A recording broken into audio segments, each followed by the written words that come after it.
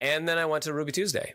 And the same thing happened at Ruby is they put me in another position to go to failing restaurants and transition them to make more money. Yeah. I feel like a lot of the corporate restaurants seem to kind of have that vibe with how they treat people. And they may treat like with just running them into the ground. When I was at the OC over there, they did that to a lot of the managers there and a lot of the people. It's like, well, they had these great employees there and they almost punish them for being a good employee by making them do even more work. Yeah. And just destroying every bit of sanity they have. Like that's why I never, and I probably never will get into restaurant management. Because I've seen what it does to people. Yeah, I highly recommend to never do it. I mean, if you like being abused and just being yelled at and working your entire life away and never seeing your family or friends on holidays and everything, then sure, go right into it. Right. But, there's more to life than that. I do have to say, though, that it did teach me a lot because when I first got into like the management part of it, we had to do all of the calculations at the end of the night for business manually. This was at Bob Evans.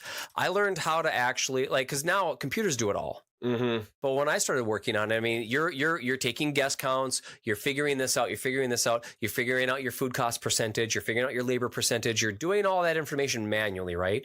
And then at the end of the month, when you go to reconcile everything and you're doing your profit and loss reports, reading those reports, right? Yep. So if I'm going into a restaurant, like the first thing I would do going into a restaurant I was expected to transition, my very first day, I pulled all the profit and loss reports for the past 3 months. And this is at Ruby Tuesdays reports, now. actually. I want to make sure. This is at Ruby Tuesdays?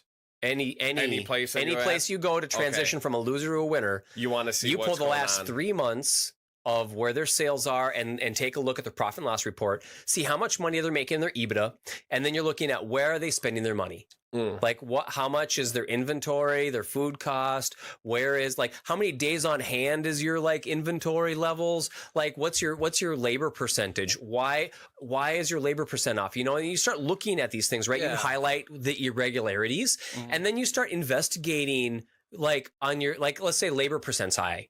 Okay. Well, it'll just tell you in your P&L, your labor's high, and it'll tell you front of house or back of house. It'll kind of give you a general area, and you go, okay, we're spending an awful lot on this. Well, where is it? So, and most places don't have hot schedules. You can't just go manually look it up. Fuck, dude, we got a schedule at Williams. Just on the piece of paper on the cardboard wall for how many years? They just got online like a year ago over there. I still can't believe that. But maybe you can go in and look at their clock-in times and things like that. But I mean, that's a lot of digging around. The best thing to do is to just kind of sit in your store for a week and just watch how it runs in its natural and not touch anything either, huh? Yeah, you just kind of let everybody, because everyone's afraid you're going to come in and do stuff right away. No, the first 2 weeks, I read the reports, I walk around, I just monitor how things are going. And everyone's kind of intimidated, you're the new manager. You're kind of testing out the waters, and people probably testing out the waters with you as well.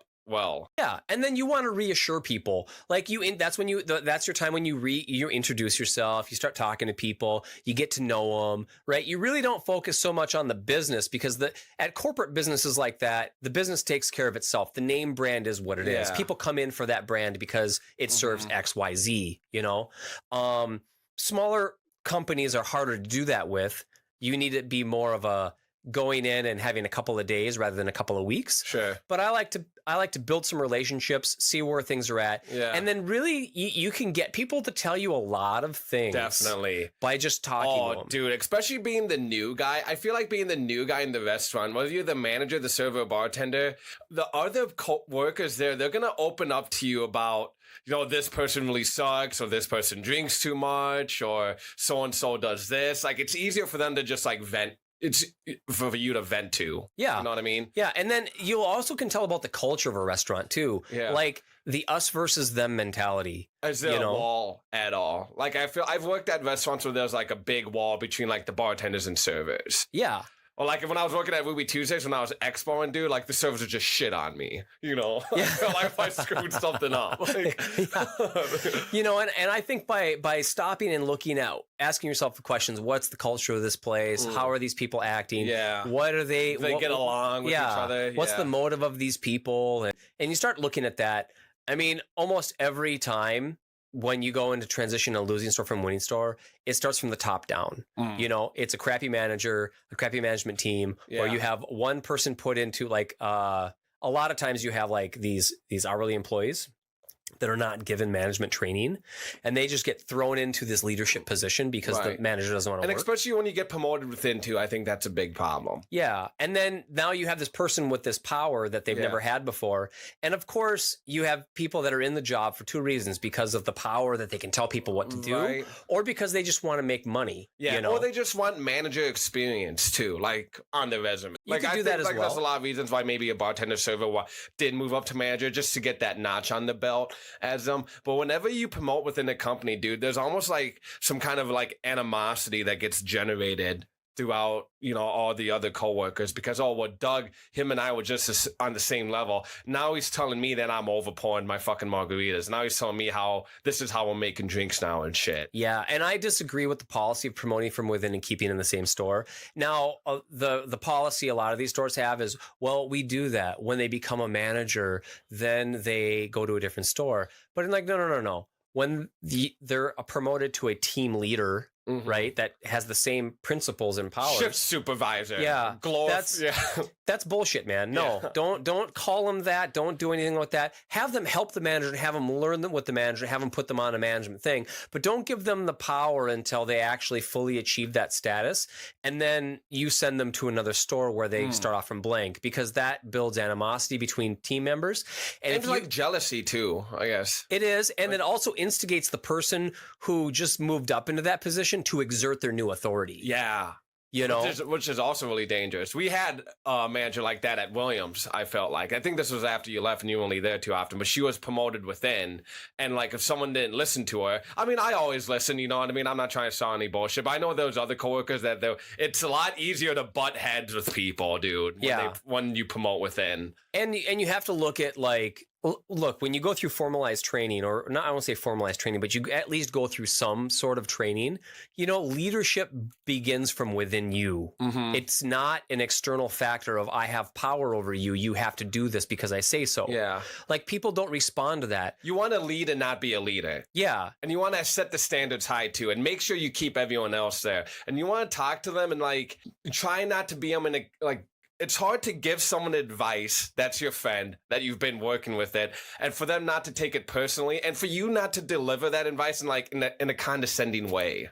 Yeah. You know? Exactly. Now take all of that information that you learned for doing that, and now transition it away from working for somebody else and now going out on your own and running your own business where you're your own leader. You've learned all of these skills over the course of your life, and now you have the opportunity to I don't want to say infect other people, but charge other people with your positivity and the things that you learned to maybe grow your own team or your own business or whatever you want to do with it, right? You know, so it's good to like be an employee and learn from that. Yep. And to get those positive, and once you have that information, the only thing keeping you back is your fear from failing. Yeah, really, pretty at that much. point. Losing money or failing or whatever, right? And that's, I mean, really honestly in life, man, like we live in probably the safest time in human history. Yeah. Like, let's face it, if I don't succeed in the business world, I can still go down to the food shelf and pick up food. Yeah, that's you know, true. I'm not going to starve to death. Yeah. You know, so the concept of reality that we live in, failure is going to happen, and we need to like recognize that. But like the level of failure isn't life or death. And I heard a good one the other day. Failure is feedback. Yeah. You know what I mean? Failure is feedback to whatever it is that you tried doing. And you want to take that failure and kind of just learn from it and then go on to your next businesses and your next journeys in life. I think so. You know, and then you ask yourself in that moment, have you ever been in this moment where like you're just getting your ass kicked or whatever, right? You're just in like a horrible scenario and you're like, what on earth did I do to be put into this scenario? Yeah. And you don't know why you're there. What did I do to deserve this? Yeah. The host just like triple seats you or whatever. You're working every weekend for a year straight and you don't see your family. And you're like, why am I doing this, right? Yeah. You know, and then 2 years later, you find yourself in the perfect position to succeed in a losing scenario because you have already conquered that skill the previous 2 years.